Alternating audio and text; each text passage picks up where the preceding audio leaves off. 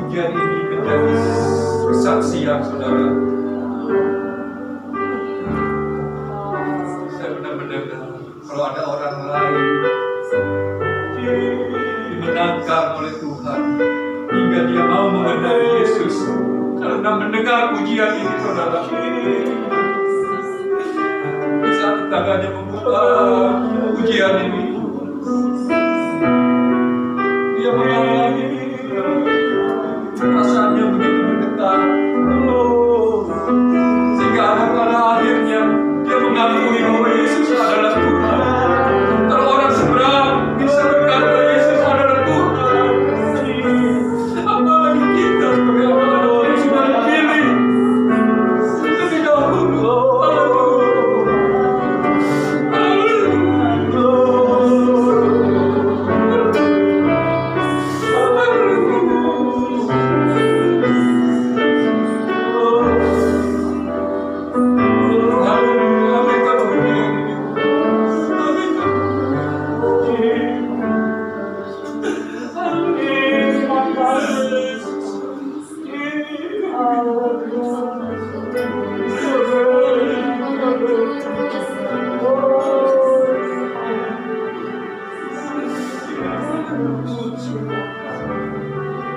Katakan pertolongan.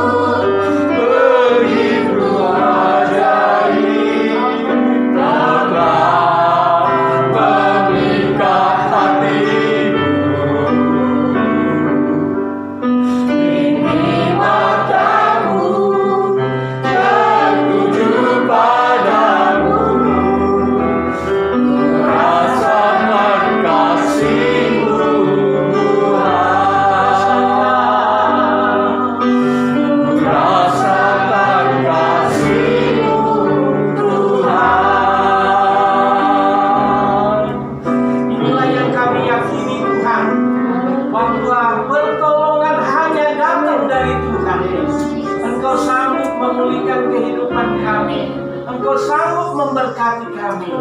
Terima kasih Tuhan, dalam ibadah kami sudah naikkan pujian kepadamu.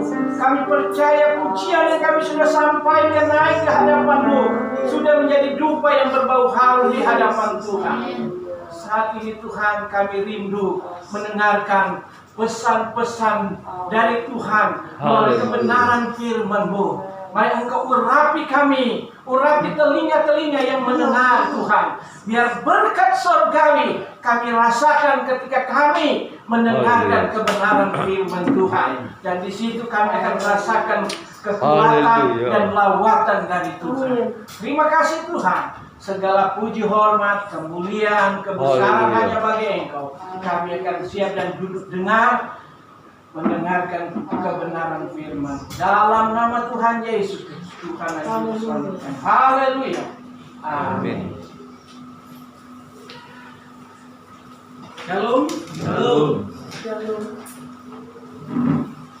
Salam sejahtera dalam kasih Tuhan kita Yesus Kristus. Terima kasih kepada Tuhan Yesus.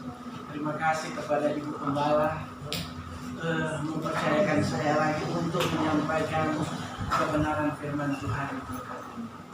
Hampir setahun yang lalu, kalau saya tidak salah sekitar tanggal 5 atau tanggal 10 saya melayani di sini. Dan terakhir kita bertemu dengan almarhum Natal, masih sempat doa, masih bisa gotong, dan saya lihat itu pandangan saya, aduh, saya tidak bisa ungkapkan tempat ini, dan akhirnya itu juga terjadi. Dia sudah senang di sana, dan kita yang masih tinggal di dunia ini masih dalam pertumbuhan. Amin, saudara. Haleluya. Saya tidak panjang komentar, karena seperti yang sudah disampaikan bahwa keadaan sekarang ini keadaan mencekam. Musuh kita sekarang ini musuh yang tidak kelihatan. Namun ada beberapa orang yang bersikap memegang yang klasik ortodoks, ada yang memegang hal-hal yang hidup dengan bijaksana. Dalam 3 minggu ini saya ada undangan pelayanan pertama di Pekalongan, dan di situ ibadahnya itu luar biasa. Mereka mengikuti segala protokol kesehatan, jadi itu wajar, jadi itu luar biasa. Sampai mic-nya itu dipakai ganti, semua masuk itu serba disemprot itu, tapi ibadahnya datang semua. 2 minggu yang lalu saya melayani di Cirebon, ketemu dengan pendeta ortodoks, masuk seperti biasa sejak pandemi terjadi. Itu yang dia lakukan, semuanya itu salaman biasa, nggak pakai masker, ada. Saya juga hormati itu. Nah, kembali kepada kita, mana yang harus kita pegang? Yang jelas di sini, biarlah di hari-hari ini kita hidup bijaksana. Amin, saudara. Haleluya.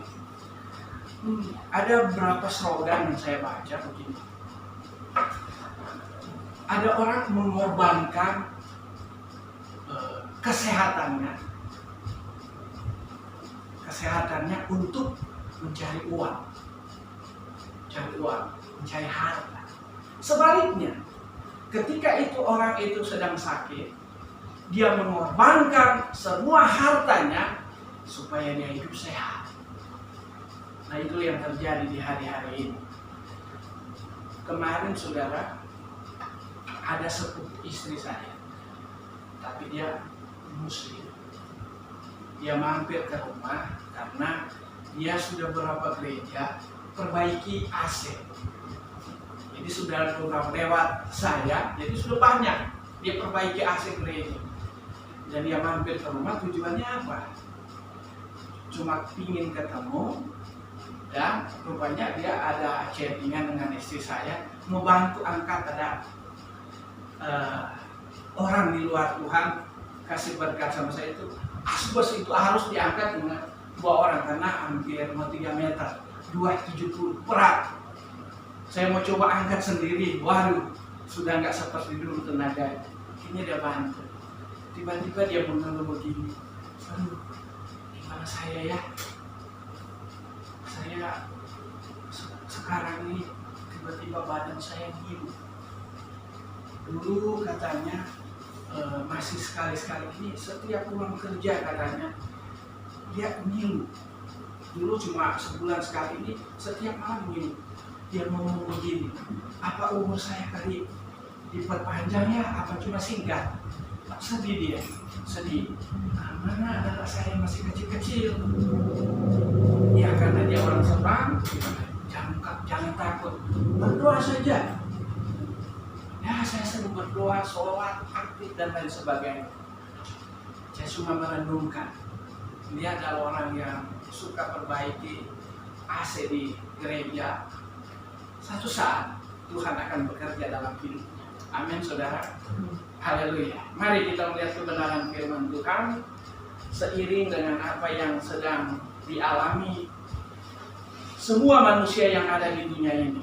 Tapi kembali kita melihat kebenaran firman Tuhan. Saya tertarik dengan Markus 5 ayat 28 dan 29. Markus pasal yang kelima ayat 28 dan 29. Ya, firman Allah berkata begini dalam Injil Markus pasal yang kelima ayat 28 dan 29. Sebab katanya, asal ku jamah saja jubahnya, aku akan sembuh. Seketika itu juga berhentilah pendarahannya dan ia merasa bahwa badannya sudah sembuh dari penyakit. Sudah katakan haleluya. Haleluya. Cara sakit lagi ya, cara sembuh lagi ya. Nah, saudara dalam kasih Tuhan Yesus Kristus, saya sangat terberkati dengan ayat ini. Mengenai apa yang sedang kita alami, banyak orang, baik kita lihat di internet, ada berita-berita yang mungkin ada hoax, tapi ada juga yang positif. Di tengah-tengah pandemi mulai berjalan bulan Maret ya, sudah hampir berapa tahun, bulan 8 ya. Banyak orang menyarankan harus minum ini, minum ini, minum itu. Pada suatu saat, saudara, ada teman saya, kokonya sedang sakit, jadi udah gawat. Tiba-tiba disarankan oleh dokter harus cari tumbuhan. Memang itu tumbuhan itu kadang-kala ada di sekitar kita. Dicari di mana-mana. Kebetulan saya ada. Sakit teman saya itu lambung. Nah, saya kebetulan iseng tanam kunyit putih. Ternyata saudara sangat bermanfaat. Ditanya di mana-mana itu, ternyata saudara ada di belakang saya. Cuma kadang-kala bertumbuh kayak keinjak. Rupanya sangat berguna. Dan kokonya itu sembuh. Saya yakin dan percaya bukan karena tumbuhan itu, tetapi kuasa Tuhan yang bekerja. Amin, saudara. Nah, dalam ayat ini peristiwa mengenai seorang wanita ini yang disembuhkan oleh Tuhan. Ada beberapa hal kita lihat dulu kenapa ini wanita ini disembuhkan oleh Tuhan. Di dalam ayat yang ke-25 kita lihat adalah di situ seorang perempuan yang sudah 12 tahun lamanya menderita pendarahan. Saudara, Alkitab mencatat bahwa penyakit yang dialami oleh yang dialami oleh wanita ini adalah penyakit yang begitu menakutkan. Bicara penyakit ini adalah penyakit seorang kaum Hawa. Dan ini penyakit ini bukan penyakit sembarangan. Penyakit ini adalah penyakit yang begitu ditakuti oleh kaum Hawa. Nah, Alkitab mencatat penyakit penderitaan yang dialami oleh wanita ini dicatat 12 tahun. Bukan cuma 1 jam, bukan 1 minggu, bukan 1 bulan, bukan 1 tahun, tetapi 12 tahun usia dari seorang anak gadis. Kalau anak gadis mulai mau 12 tahun itu mulai pingin ketembus ada perubahan jati dirinya. Dan inilah yang dialami oleh wanita ini. Begitu lama penderitaan yang dia alami itu begitu lama. Dia menderita, saudara. Saudara kalau sakit gigi aja, saudara, ada orang bilang lebih baik sakit gigi daripada sakit hati. Ada juga sebaliknya, lebih baik sakit hati daripada sakit gigi. Dua-duanya saya nggak maaf. Dua-duanya saya pernah alami. Makanya maaf bicara, saya kalau orang Lamongan semuanya habis di. Makanya saya senyum ketawa sama muka lebar-lebar karena kelihatan asli. Nah, sakit gigi itu menderita banget. Nah saudara, ini yang dialami oleh wanita ini. Dia mengalami penyakit yang memalukan pada saat itu. Luar biasa. Nah saudara, Alkitab catat bahwa dia alami bukan 1 tahun, tapi 12 tahun. Nah, lalu yang kedua, kita lihat. Ayat yang ke-26. Ia telah berulang-ulang diobati oleh berbagai tabib, sehingga telah dihabiskannya semua yang ada padanya. Namun sama sekali tidak ada faedahnya, malah sebaliknya keadaannya makin memburuk. Dicatat ada suatu upaya, ada usaha daripada wanita ini. Ternyata wanita ini tidak putus asa, dia tidak menyerah. Dia sudah pergi ke berbagai tabib, dia sudah pergi ke berbagai dokter untuk kesembuhan dari penyakitnya. Berulang-ulang, saudara. Berulang-ulang. Malah saudara, kita lihat tidak ada perubahan. Nah saudara, sedikit saya lompat. Jadi kalau penyakit ini, kalau sudah kena penyakit begini di zaman perjanjian lama dalam Imamat 15. Imamat 15 itu saudara baca, kalau kena penyakit ini harus apa? Isolasi. Mengasingkan diri, tidak boleh keluar. Terkurung di rumah. Kalau bersentuhan dengan barang yang disentuh oleh wanita ini, itu dikatakan najis. Najis. Kalau dia alami dari jauh, orang sudah katakan najis. Najis sudah ketahui, oh, itu penyakit itu. Penyakitan itu. Benar-benar menderita, saudara. Jadi zaman itu sudah ada isolasi mandiri. Sekarang keren kan? Isolasi mandiri. Ada di sini sudah kena keluarga? Ada kan, puji Tuhan. Kalau saya di Manado sudah alami Manado, tapi saya nggak cuma bersentuh, lihat melalui video call. Jadi kakak saya awalnya dia sakit lambung. Saya telepon, mereka masih Katolik, berdoa. Akhirnya udah teriak. Akhirnya suaminya dan anaknya, gimana mau bawa di rumah sakit? Saya katakan, kalau bawa di rumah sakit beresiko. Karena waktu masih kental keadaan yang kalau sudah dibawa ya begitu terceritanya. Benar saudara. Nah ini saya bukan buat-buat, tapi itu yang terjadi kepada keluarga kami di Manado. Dan ketika dibawa cuma 2 hari lewat. Ikuti protokol kesehatan. Cuma dilihat dari jauh. Dibawa. Lihat dari jauh. Saya ibadah virtual seperti itu saya lakukan, saya yang pimpin. Tunggu 3 minggu. Hasilnya itu apa? Nah ini yang terjadi, hasilnya apa? Dan dinyatakan COVID. Karena dinyatakan COVID, semua kan itu di Manado, saya itu bukan di Lamongan tapi di Politeknik di Peru. Itu kakak adik saya, keponakan di situ semua. Mereka itu rumah makan itu. Jadi jangan heran kalau cari makan semua di situ. Dan apa yang terjadi? Sampai rumah baru dibangun waktu itu, dan atap juga disemprot, mobilnya disemprot, semua itu. Kakak saya, adik saya, ponakan itu disemprot. Jadi benar-benar mereka itu terisolasi. Tapi anehnya saudara, waktu kan semua itu tanggungan pemerintah. Mereka mau perlu makan apa? Sudah dilepas di pos. Mau perlu sate, mau perlu es krim, ponakan saya. Mereka itu senang aja. Tapi apa yang saya lihat waktu itu? Ketika ditanya, dokter tanya, suaminya, apa ada gejala? Enggak. Anaknya, apa ada gejala? Enggak. Kakak saya, apa ada gejala? Enggak. Sampai hari ini enggak ada gejala. Tapi saya tidak boleh ngomong apa-apa. Tapi itu yang terjadi. Itu yang terjadi. Suatu kenyataan. Nah saudara-saudara, benar-benar kamu terisolasi. Tapi sekarang udah pulih. Jadi pulih stigma tetap ada, saya lihat. Nah, kita kembali kepada firman Tuhan. Dan ini yang dialami oleh wanita ini kalau terisolasi. Dan ada suatu upaya dari wanita itu supaya dia ada kesembuhan, dia alami seperti manusia kala, seperti manusia normal. Dia ingin pulih, dia tidak menyerah.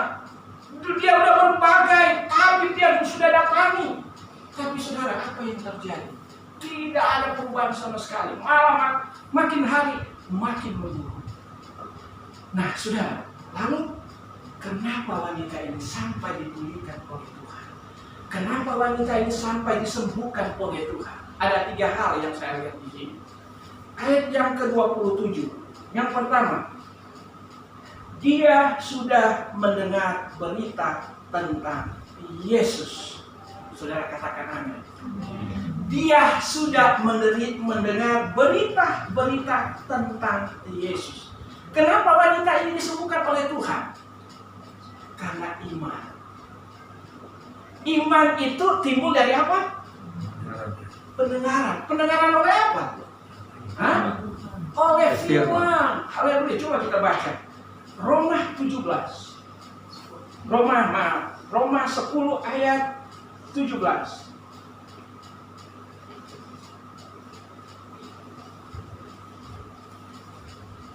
Roma 10 ayat yang ke-17 berkata begini. Jadi iman timbul dari pendengaran, dan pendengaran oleh firman Kristus. Haleluya. Jangan pernah bosan mendengarkan firman Tuhan. Amin, saudara. Jangan pernah bosan membaca firman Tuhan dan merenungkan firman Tuhan. Jemaat di sini setia baca. Haleluya. Kalau keluarga kami itu tetap setia.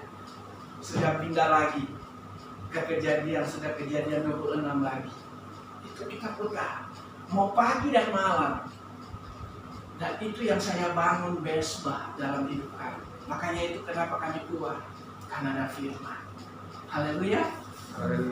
Jangan pernah berhenti membaca dan merenungkan firman Tuhan. Raja Daud kesukaannya adalah Taurat Tuhan. Haleluya, saudara. Nah, inilah yang dialami oleh wanita ini. Dia sudah datang kunjungi dokter-dokter, tetapi pada saat itu dia sudah mendengar berita-berita tentang Yesus. Saudara, sebenarnya tujuan Yesus bukan kepada wanita ini. Ketika Yesus selesai dalam pelayanan, dia dari Dekapolis, dan ada banyak orang menantikan Yesus. Salah satunya adalah kepala rumah ibadat, yaitu Yairus. Anaknya sakit. Maka jangan heran, banyak orang menanti-nantikan Yesus. Sudah banyak juga mendengar tentang Yesus, bahwa Yesus akan datang, akan lewat, akan datang ke rumah Pak Yairus. Kenapa? Terkenal kepala rumah ibadat. Salah satunya yang tahu adalah wanita ini. Dia semua mendengar. Nggak tahu apa dia mendengar secara langsung atau tidak. Tetapi yang jelas dia sudah mendengar berita-berita tentang Yesus. Karena pada saat itu wanita ini tidak boleh bersentuhan dengan orang lain. Najis. Lalu yang kedua adalah ayat yang ayat 27. Pertama, dia sudah mendengar berita-berita tentang Yesus. Maka di tengah-tengah orang banyak itu, ia mendekati Yesus. Yang kedua di sini, kenapa wanita ini disembuhkan oleh Tuhan? Satu hal kebenaran yang kita dapatkan dalam pelajaran firman ini, yaitu wanita ini mendekati Yesus. Di tengah-tengah kondisi, situasi yang mencekam, apa yang harus kita lakukan? Oke, kita makan banyak. Sekarang dokter sarankan makan aja banyak. Harus apa? Minum. Sekarang itu enak kan punya HP. Bunyi, sudahkah Anda minum air? Iya kan? Minum air. Itu yang disarankan. Enggak salah. Minum vitamin, makan berbuah.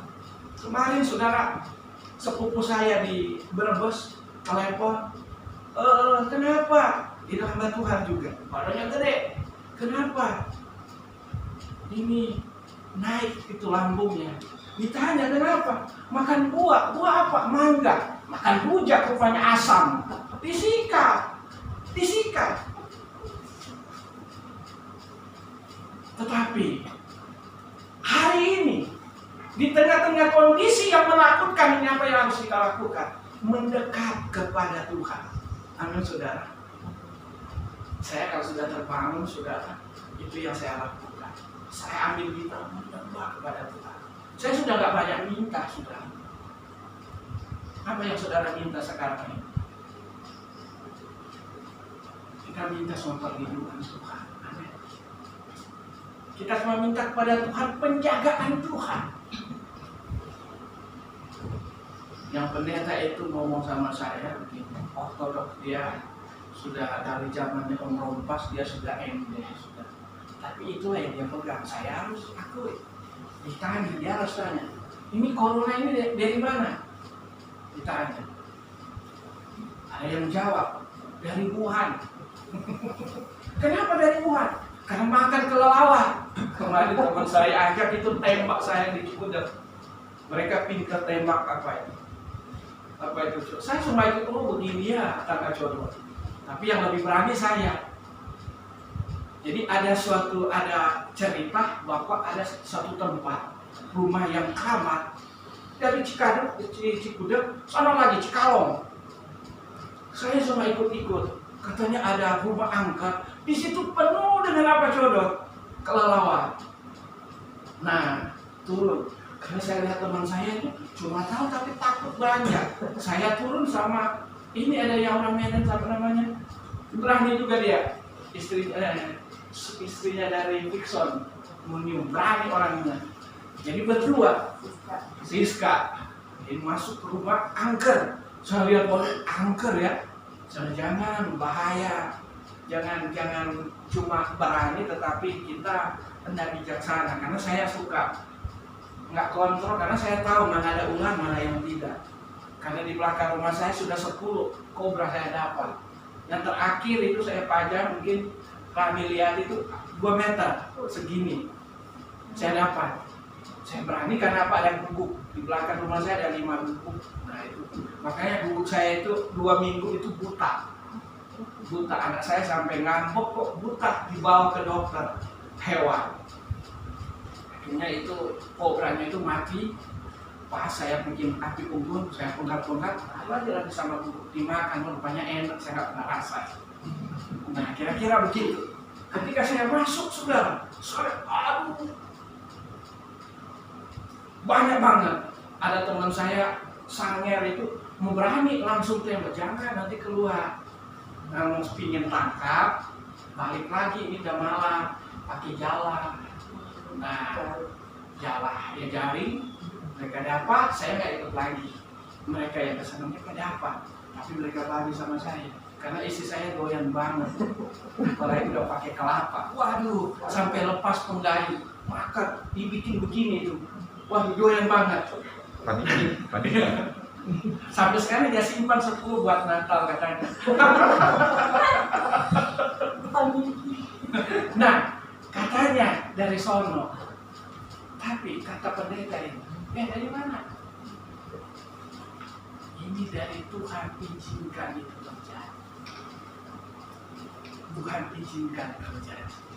Kalau kita lihat kebenaran firman Tuhan, di mana ada pelanggaran, di situ ada hukuman. Coba dari Keluaran. Itu. Apalagi nggak kelihatan. Nah, zaman dulu karena umat Tuhan itu tidak mau menyembah Tuhan, tidak taat kepada hukum-hukum Tuhan. Nah, salah satunya adalah Sodom dan Gomora. Kenapa itu Tuhan tunggal balikan? Kenapa Tuhan hukum? Sampai Tuhan dan Abraham itu sanggup berdialog. Kalau di situ ada 50 orang, apakah engkau akan selamatkan? 30 sampai berapa itu? Sampai minus. Ternyata cuma berapa? Keluarga Lot dan istrinya. Dosa apa di sana? Sampai memilukan hati Tuhan. Dosa yang begitu sudah naik ke hadapan Tuhan. dosa zaman dulu itu terlihat, sudah terlihat kan? Dosa salah satunya itu diizinkan kawin sejenis. Nah dosa sekarang itu kalau saudara kita lihat itu yang sekarang ini kita lihat apa? Begal, narkoba, kalau korupsi, pembunuhan. Baru ini di berita itu ada yang dari Nias di berita seorang ibu tega membunuh anaknya balita 3 cuma gara-gara makan.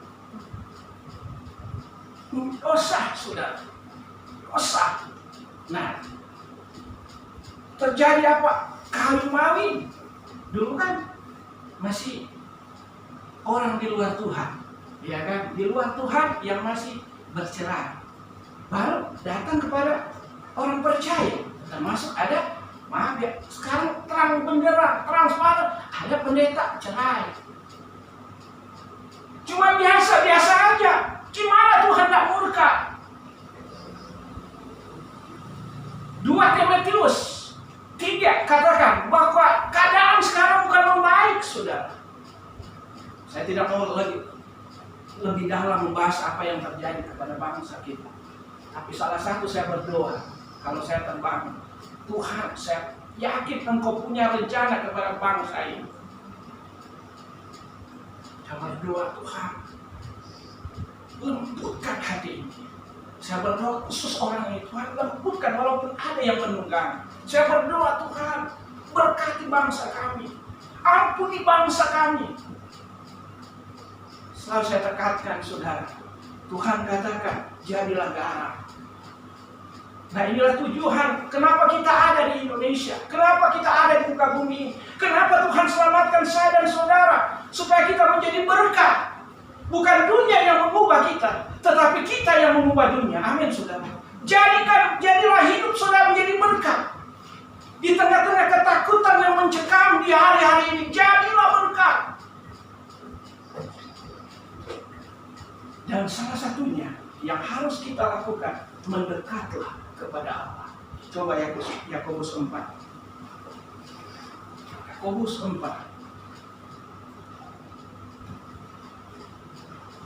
Ayat yang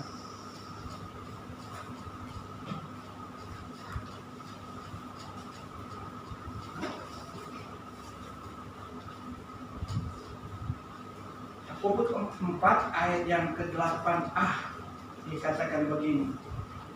Mendekatlah kepada Allah dan Ia akan mendekat kepadamu. Amin, saudara. Mendekat.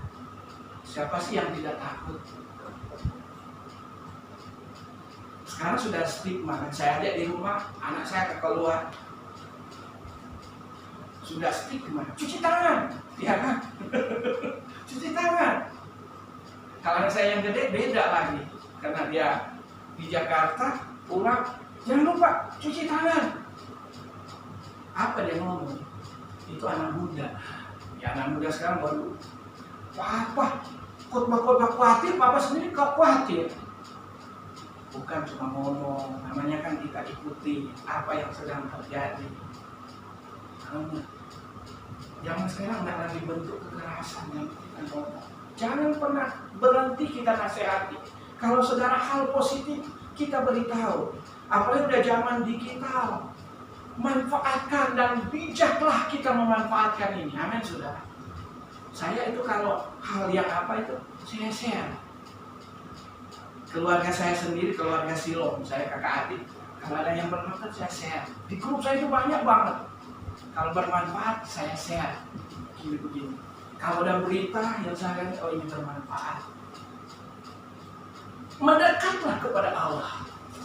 Dan saudara, kalau kita mendekat kepada Allah, saya yakin dan percaya, rasa was-was, rasa takut, rasa khawatir tidak akan menggoloti kehidupan kita. Daud, dia pernah berkata, walaupun aku dalam bayang-bayang di tengah-tengah kelam, dia tidak takut. Kenapa? Ada Tuhan.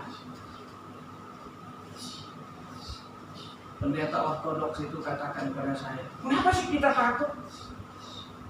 Kalau mati karena corona, masuk surga, semua orang akan pada mati. Itu pandangan dia. Tapi saya ketemu juga orang yang bintang Yakub dijuluki sebagai guru. Saya ketemu sama dia. Dia bilang, harus was-was sekarang, jangan enteng. Kita terima juga. Kembali kepada saya dan saudara. Yang jelas saudara, kita pegang teguh firman Tuhan. Amin saudara. Di tengah-tengah kondisi seperti ini saudara, mari kita mendekat kepada Tuhan. Mazmur 37 saudara, kita baca.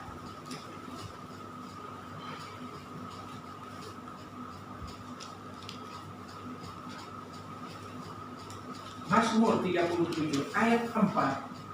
Dan bergembiralah karena Tuhan, maka Ia akan memberikan kepadamu apa yang diinginkan hatimu. Amin saudara. Pemazmur, dia bergembira karena Tuhan. Kenapa? Dia dekat dengan Tuhan. Sehingga dia berkata, hanya dekat Allah saja aku tenang. Daripada nyala keselamatanku. Jemaat, saya seorang pemuda yang saya bentuk dari kampung. Dia rindu datang beribadah karena kondisi. Karena dia kerja kepada dokter di luar Tuhan.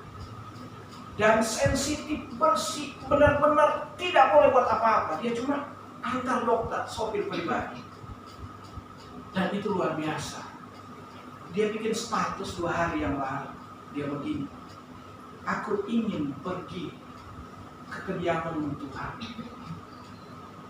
Tapi apa yang dia buat? Kalau Tuhan masih ingin pakai saya, jadikan saya berkat. Itu masih muda padahal belum menikah. Itu kata-katanya itu luar biasa. Itu untuk dia. Nah kembali kepada kita. Orang kalau dekat dengan Tuhan, dia gak pernah takut. Amin saudara. Haleluya. Haleluya. Haleluya. Siapapun diperhadapkan dengan begini saudara, kita tidak boleh salahkan. Masing-masing punya pendapat sendiri. Tapi jangan sampai kita kehilangan Tuhan. Makanya saudara, kalau yang berlebihan itu nggak bagus. Seperti saya cerita tadi, sepupu saya makan rujak itu berlebihan, emaknya naik.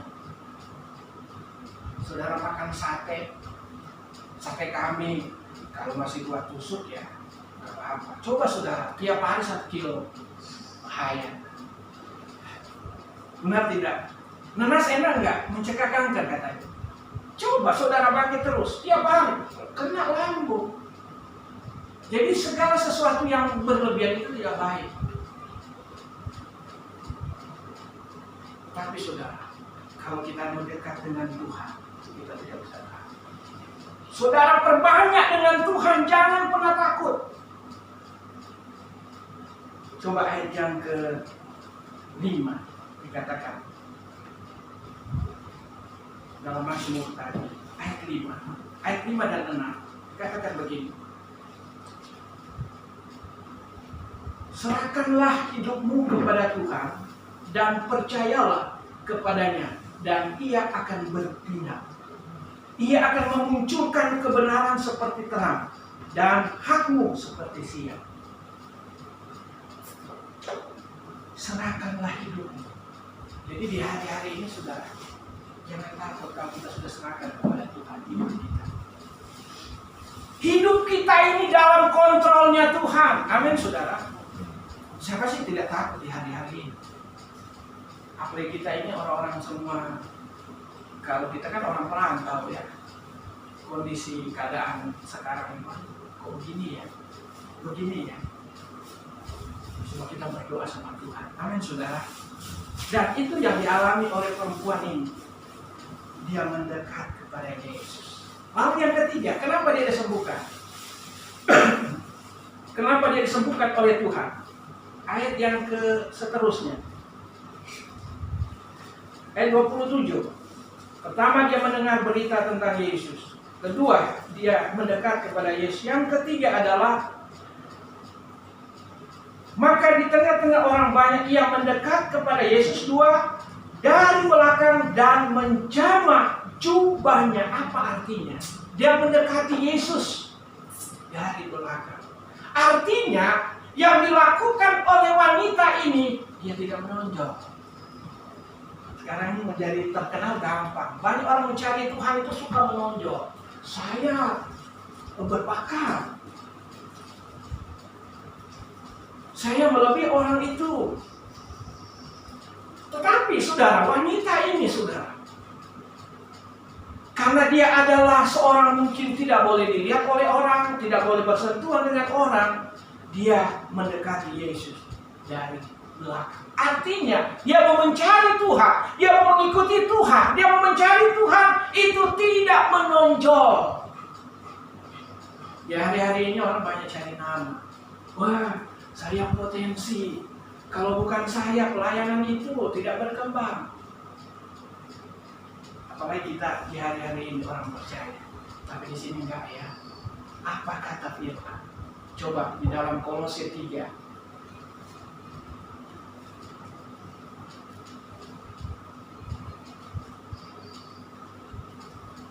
Kolose pasal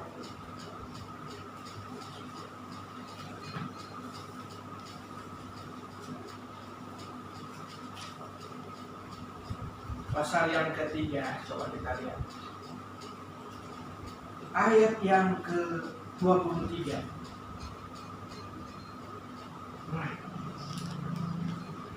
Apapun juga yang kamu perbuat, perbuatlah dengan segenap hatimu seperti untuk Tuhan dan bukan untuk manusia. Amin, saudara.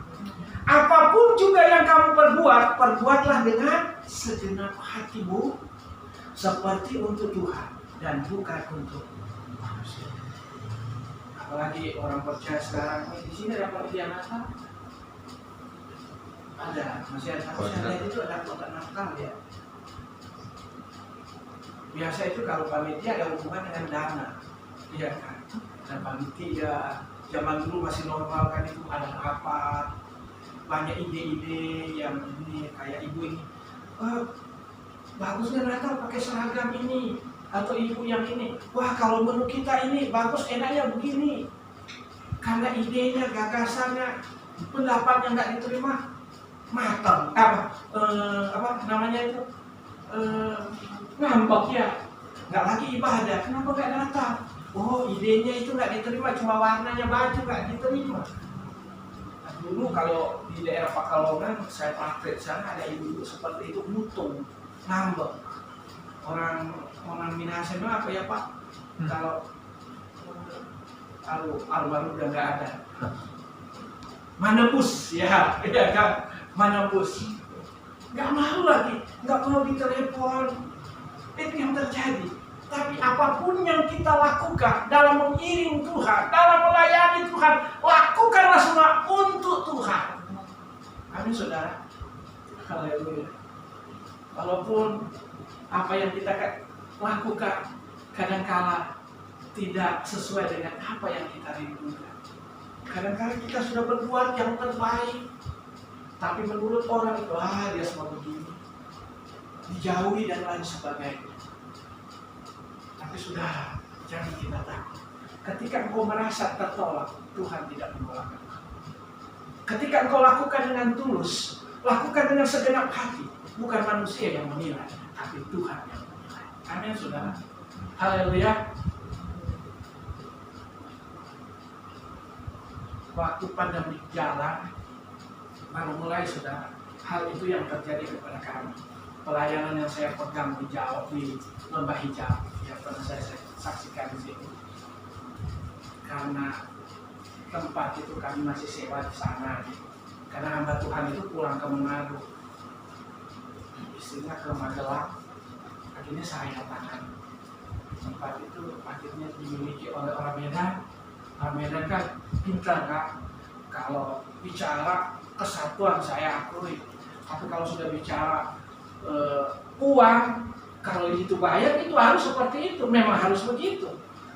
Nah, pada saat itu karena jemaat cuma kumpulkan untuk sewa itu kolektor ketiga pas pandemi, karena habis Depok yang kena di daerah kita di Cimanggis ada orang Jepang kalau nggak salah itu kena, akhirnya nggak boleh Pergi ke sana itu memang steril banget, nggak boleh. Akhirnya bersamaan, opungnya minta telepon sama saya. Gimana Pak Pendeta? Ya, saya berserah aja. Ya itu haknya opung. Karena kita ini selama ini nggak bisa ibadah. Nah akhirnya dialihkan ke sini, di Bogor. Sampai sekarang, semua berapa yang datang, mereka takut. Saya nggak pernah kecewa, saya nggak pernah putus asa. Ngapain stres? Justru saudara saya tambah gemuk saudara. Naik 84 badan saya. Waktu saya khotbah di sini tahun lalu saudara 74. Saya karena makan singkong terus saudara. Ayam bertelur terus saya ambil, rebus. Anak-anak nggak doyan. Ya, nanti kalau bertemu saya ingat ke sini, jadi rupanya senang singkong, nanti kita bawa. Lakukan semua untuk Tuhan. Amin saudara. Lakukan untuk Tuhan. Saya kalau anak saya yang nomor 2 itu yang paling saya berani robah sofa itu dia marah. Dia marah. Sebenarnya kamu kalau inisiatif itu jangan begitu, jangan marah-marah, sewot banget sih. Udah, ya nggak boleh, harus Papa sedar. Papa jangan sembarang kali tuh dia begini-begini. Ya itu anak, tapi anak saya yang pertama itu dia cuek. Mau bersih, mau apa itu cuek. Ya, tapi yang nomor 2, karena dia sering di rumah, saudara, ya itu yang terjadi.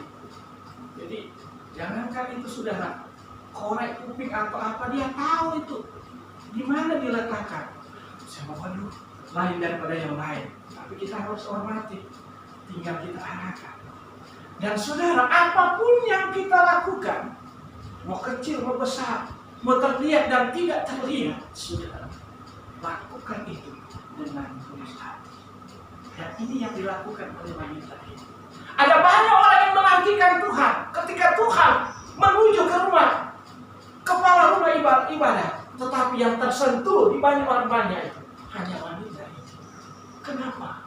Karena wanita ini memiliki iman. Ada berita yang didengar. Kenapa? Wanita ini mendekat bukan dengan motivasi yang tidak baik, tetapi dia mendekat kepada Tuhan karena dia merindukan suatu pemulihan. Yang kedua, dia mencari Tuhan bukan untuk mencari nama, bukan untuk menonjolkan diri, tetapi dia datang menjamah jubah Yesus dan belakang. Dia tidak menolak. Di hari-hari ini saudara, kadang-kala kita kecewa, kita sudah berbuat yang terbaik karena tidak dianggap. Saya ngomong begini karena pengalaman saya. Apalagi saudara, posisi saya saudara. Kita di wilayah, saya sebagai sekretaris wilayah, sebagai roda, tinggal ketua yang perintah harus begini-begini.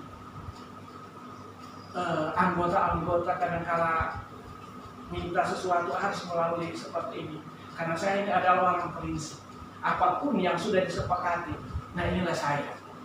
Tidak boleh dilanggar. Nah karena saya pegang prinsip, banyak orang gak suka. Nah saya katakan saudara, engkau tertolak karena prinsip, karena kebenaran, jangan pernah takut. Amin saudara. Haleluya. Itu saya ajarkan kepada anak saya. Itu saya ajarkan kepada anak saya. Makanya saya orang nggak mudah berjanji. Kayak saya seperti ini, karena saya ingat saudara. Kalau kita menolong orang saudara, jangan karena saya memberi. Ada kemarin saudara, saya dapat berkat. Tiba-tiba ada teman minta nomor rekening. Ada ini nomor rekening minta.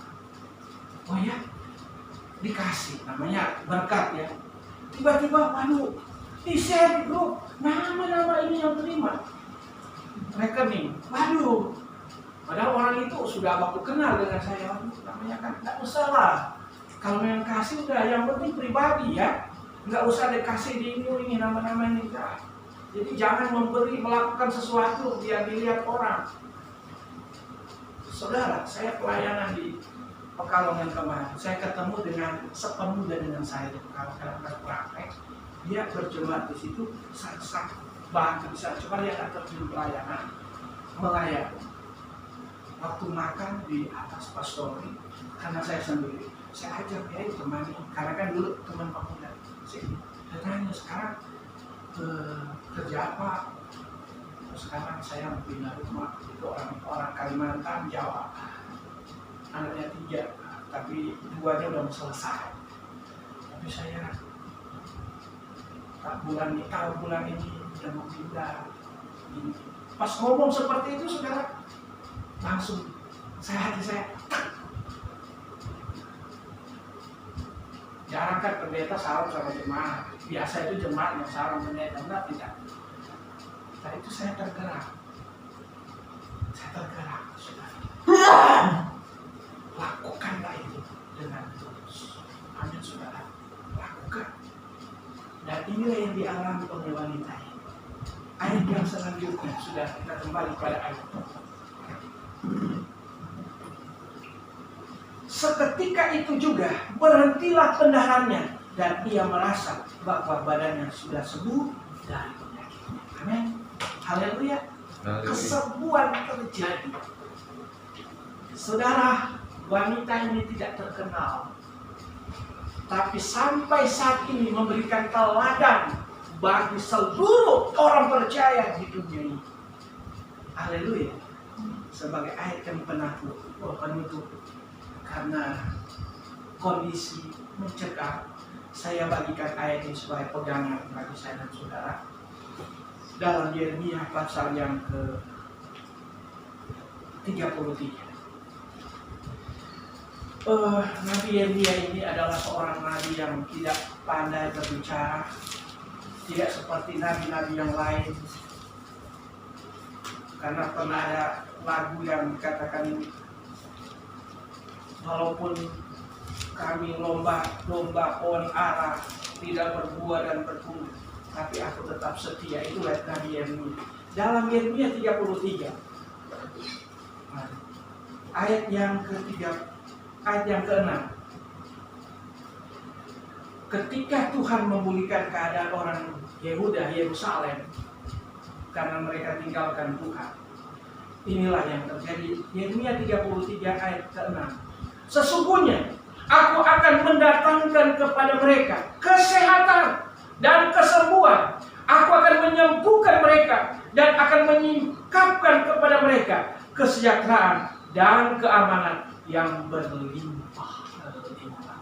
Firman Tuhan, ya dan amin. Janji Tuhan. Ada suatu seruan kepada umat Tuhan, maka Tuhan akan memulihkan keadaan Yerusalem dan Yehuda. Hal yang sama. Kuasa Tuhan, kasih Tuhan, keajaiban Tuhan tidak pernah berubah. Dulu, sekarang, dan selama-lamanya. Saya terima di grup, banyak orang sudah berpulang. Mazmur walaupun 1.000 rebah, 10.000 rebah, tapi aku tetap setia kepada Tuhan. Amin, saudara. Amin. Jangan takut di hari-hari ini. Kita ikuti protokol, ya, tapi jangan sampai ketakutan itu merongrong kehidupan kita. 1 Petrus pasal yang ke-5. Iblis itu sedang datang, bagaikan singa yang mengaum-ngaum. Siapa yang mulai mungkin khawatir dia makanan punya iblis. Sebab itu kita tetap kuat, kita semangat. Haleluya. Kata dokter kesehatan, kalau kita senang bersukaria setiap hari, itu menambah iman. Coba saudara pikirkan, merongrong. Allah saudara kenal, saudara. Tapi biar kita ada semangat. Saya tuh senang nyanyi, ambil gitar, nyanyi, biar kita ada kekuatan baru. Kiranya Tuhan menolong saya dan saudara. Saya panggil main musik. Ada satu pujian yang berkata, Bapakku datang. Mungkin slide. Bapakku datang menyembah. Mari saya jemput saudara bantu.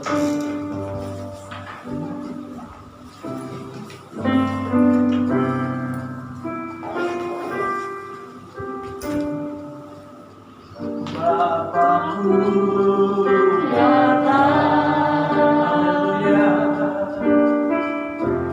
menyembahmu.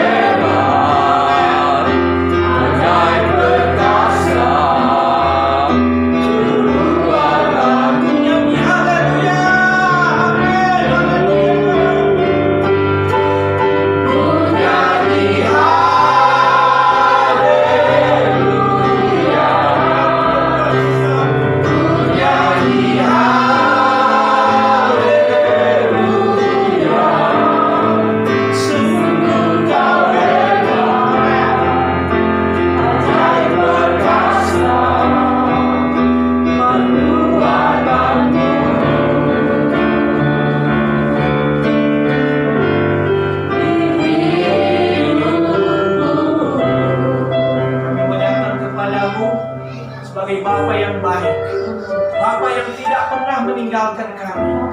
Kasih Bapa yang sungguh benar, kasih Bapa yang sungguh sempurna. Ketika kami mencari Engkau, ketika kami mendekat kepadamu, kami percaya Engkau akan melindungi kami, membebaskan kami dari keadaan yang mencekam. Doa kami Tuhan, mari Engkau perhatikan umat-umat Tuhan yang setia mendekat kepadamu.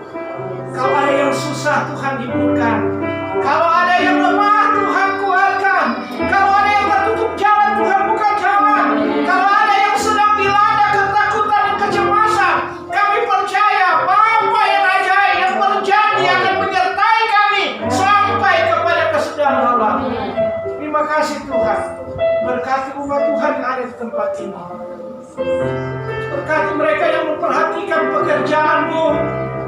Berkati mereka yang setia mengutamakan Engkau walaupun di tengah-tengah pandemi di hari-hari ini. Amin.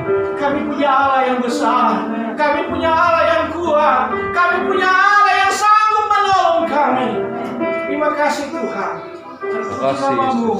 Berkati pelayanan di tempat ini, berkati tante di tempat ini. Kuatkan dan mampukan. Biar jemaat Tuhan saling berdagang tangan untuk menopang pekerjaan Tuhan di tempat ini. Terpuji namamu. Kami sudah dengar firman Tuhan. Kami sudah mendengar kebenaran-Mu. Kami sudah mendengar berita-berita surgawi. Jadikan kami seperti wanita di akhir zaman ini yang setia kepadamu, yang mempertahankan iman, yang setia mendekat kepada Tuhan, yang setia mencari Tuhan bukan menonjolkan diri. Terima kasih Tuhan. Terpuji namamu. Inilah doa kami dan kami sudah dengar firman-Mu di dalam nama Tuhan Yesus. Haleluya.